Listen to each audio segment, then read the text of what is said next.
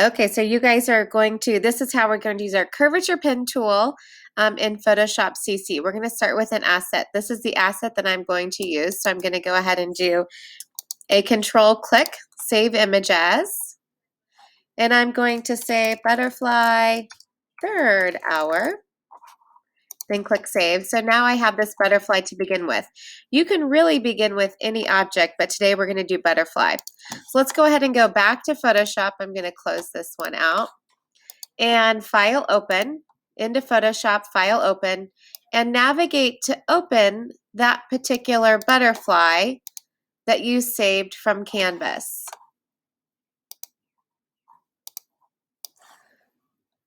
So open that particular butterfly that you saved from Canvas. Now this picture, look on your, everyone go grab your layers panel. Go up to window, down to layers if you don't see it. Now in order to put color on this particular picture, we're going to have to change it from index to RGB or CMYK. So the first thing we're going to do is go up to layer, image, mode, and then you can choose RGB or CMYK. So image, mode, RGB, and then you'll notice now we have that background. We can unlock. I can Command J to jump the butterfly, just to make sure I have that butterfly on the back side, always to have a copy underneath. So let's go ahead and do that. So our process was opening the file. We opened the butterfly. We happened to see on the layers panel that it was indexed. I then have to go up to image, mode, and change it to RGB.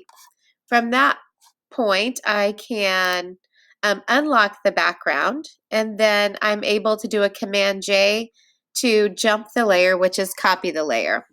I also went ahead and did a show hide for the bottom layer, and you'll see here in a while, in a little while. Okay, show hide. Let's go ahead from here to pop over to the directions so we can go step by step in the directions. So the first link is this new type of pen tool in Photoshop called Curvature Pen. Go ahead and do a control click. Open this in a new tab. Okay, open this in a new tab. I had a student leave the meeting, so if someone's in the waiting room, I need to pop over real quick. So if I leave you momentarily. All right, so this is what we're going to create. Now, obviously, you can use your own colors if you would like, but this is the beautiful butterfly that we're going to create by only drawing half of it, and then we're going to copy the other half to transform it. So this is vector illustrations. We still can do vector illustrations inside Photoshop. And just like we talked about on Monday, Bezier curves was our theme of the week, and so we're going to draw with Bezier curves. All right, so the first process is, and before you create anything in vector, because we are in Photoshop, which is normally a raster program, it's good to have a sketched background that will be your reference for the whole process. So we are going to do, and this is going to be, we just did it a little differently. So you could copy the image and open a file new using this as your template, and then we just pasted it. We've done the same thing, right? Now we're all on step number 2. Step number 2 says lower the opacity to make the reference barely visible. So what we did here was we just made a copy. I hid the background. Now I'm going to decrease the opacity of this reference layer meaning the butterfly, in order to be able to see through it. Remember, we've done that before when we did penguin, where we decrease the opacity and then you trace around it. So make sure that you don't have the layer showing beneath there. Make sure you don't have the layer showing beneath there. So hide that bottom layer and then decrease the opacity to 51%. Okay, from here, we're going to go view our rulers so we can put a vertical rule in place, a guide in place. So I'm going to go ahead and make sure I have my rulers, but if you don't have your rulers, you can go up to view and then down to rulers. So view to rulers. So now this puts, and here's a little pro tip, if you do a control click on the ruler itself with your mouse, you can choose the dimensions, pixels, inches, centimeters, millimeters, points, picots, percent. I'm just going to go ahead and put it in inches. You can do pixels also. It's totally up to you. But if I want a guide for the middle, I'm going to take my mouse cursor over to the ruler on the left-hand side. Then I'm going to do a click and drag to the immediate center of this butterfly. And this is going to act like a magnet. It's going to cut it in half. It is non-printing, but you're going to see the advantage of why we do what we do. And if you want to, I'm going to go to my zoom tool and I'm going to zoom in, and then there we go. So that's a better workspace. So what I did was zoom tool, bottom left-hand corner, click once. Then I went to my hand tool, which is your space bar that moves your window around. So I moved my window. I did view to rulers. Then I went to my ruler on the left-hand side, did a click and drag to cut my butterfly in half. Okay. All right, let's head back to the directions. Step number 4 says image to image size. To make the file be bigger and easier to work with, later you'll be able to make the image as big as you wish because vector images resize losslessly. So we are in pixels. Our butterfly, because I saved it and provided the file to you, is pretty darn large anyway. But for right now, just to say, we'll keep with the directions. So image size, change to those pixels, and we'll make it 2000 pixels. I am going to go ahead and resample it, then click OK. And then now I will need to zoom back out once, then use your hand tool, pull it up to the screen with your mouse, with your space bar depressed and your mouse depressed. All right, so we just really added some pixels in there. We resampled it. Now we are on the creating the vector butterfly's body. So section 2, step 1, reference is ready. So the reference would be our butterfly. Let's start creating. So we're going to go to the curvature pen tool. Do not go to the regular pen tool. No regular pen tool. So we're going to choose the curvature pen tool and watch the video briefly. We're only creating half of the butterfly. Only create half of the butterfly. So watch it. Step 2 says click on the top, click on the left side, click on the bottom for the thorax of the butterfly. So we're going to go ahead and head back to our butterfly. I'm going to head to my curvature pen tool, which is if I click and hold on my pen tool, I see my curvature pen tool. I'm going to click once, click twice, click 3 times. Oh, and I forgot to tell you to make sure that A, your default colors are in black, and then B, make sure we had shape. I'm sorry, I was still doing penguin from the hour before and my pen tool was in the path. So once you click on your curvature pen tool, make sure that you have shape selected. Make sure your fill is black and your stroke is none. Now I'm going to come back 1, 2,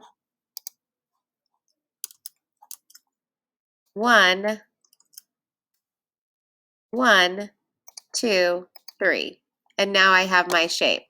You can, if you would like, since notice in the layers panel that it is one shape, I can go and move it down just slightly if I would like to. And if you want to change what it looks like, you can always go back to your curvature pen tool, add an anchor point, and really refine those points.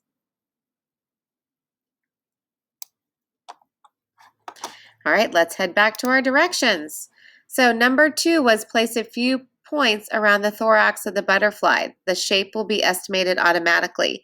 Before we move forward, do you want me to stop? Let me check the chat. What do you think? How's it going, everyone? Okay, let's keep going down. Now you can see where it put in a separate shape layer because we used our shape option with our curvature pen tool. So now step 3 is creating the abdomen the same way. Remember, you're only doing half the butterfly. And then step 4 kind of says, well, it tries to read your mind, but notice how it cuts off the bottom a little bit. So then you can add an anchor point and then make the body of the stomach a little larger. So pay attention to step 3 and 4, combine those 2, and then we'll come back.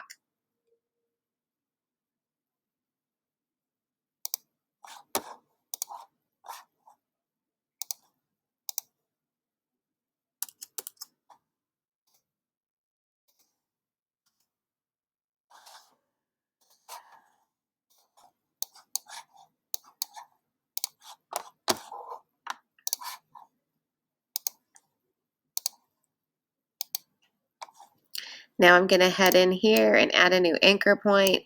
And what I did there was I added a new layer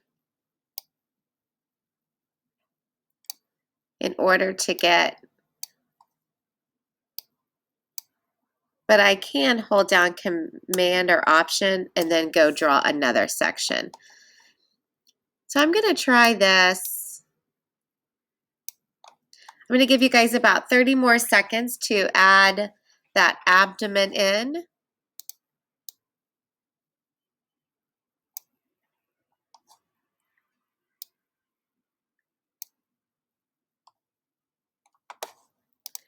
Then we're going to head to number 5. Step 5 says, use this method to create the head. Use a different color for the eye to make it stand out and place under the layer of the head. So I would say right now this would be a good time, since we know which shapes are what. Double click on your layers panel on the word shape 1 or whatever your layer was called. And let's name this thorax. And let's name shape 2 abdomen.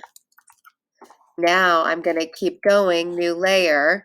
I'm going to add the head, which really we have to draw it. I'm going to go increase my opacity a little bit so I can see it a little more.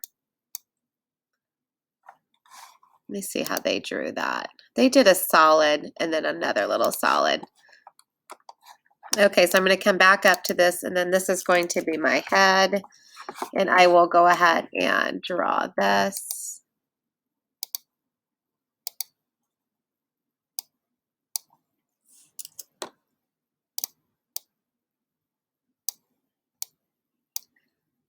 Okay, and then in order to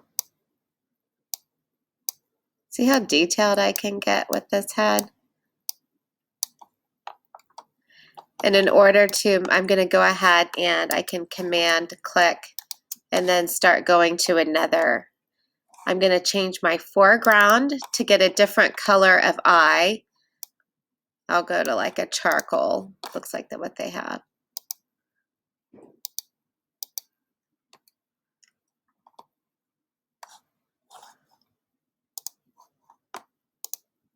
Here we go. And if I want to, I can go to my move tool and move it around a little bit.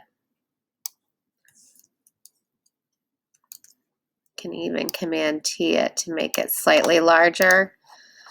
I'm going to come back down and decrease my opacity again just so I can start to see. So my head is not great. I don't love that. So I can always go back. I'm going to go back here and add in, make it a little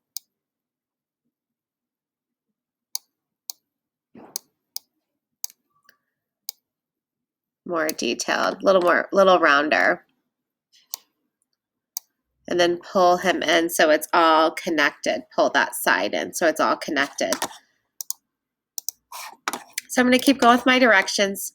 This was step 5. Now step 6 is a 2-step process. You can also draw lines with this tool. Just start and end.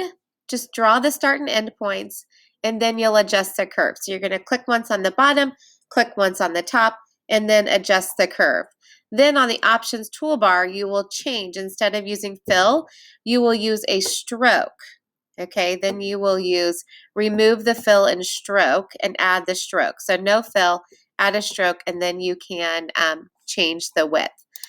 So here is my second line. So I'm going to hold down Command. I'm going to go ahead. This is the eye, correct? I'm going to go ahead and name my layer, new layer. I'm going to go ahead and name it antenna. Just so double, triple checking so I can go back and edit very specifically. I'm going to go to my foreground color, but I want no fill, but I do want a stroke. And I'm going to click once on the bottom. Then I'm going to click once on the top. And then I will come in and add my thickness. Then I can add my thickness on the top, just directly to the right of stroke. I don't want it too thick. That looks pretty thick.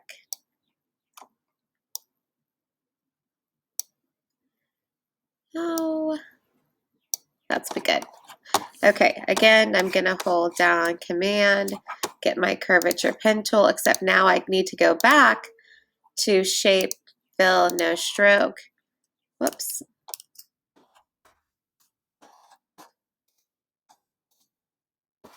I need to come back here. Oh, I like that better, actually. I just did that. Let's go ahead and go to our process. I thought I was going to be able to shortcut it, but I won't do that. So the tip of antenna. And go to my Curvature Pen tool, make my fill black, stroke of none, and then again, I'm going to make my antenna. And I can hold down Control to get that selection arrow again instead, and then start going again.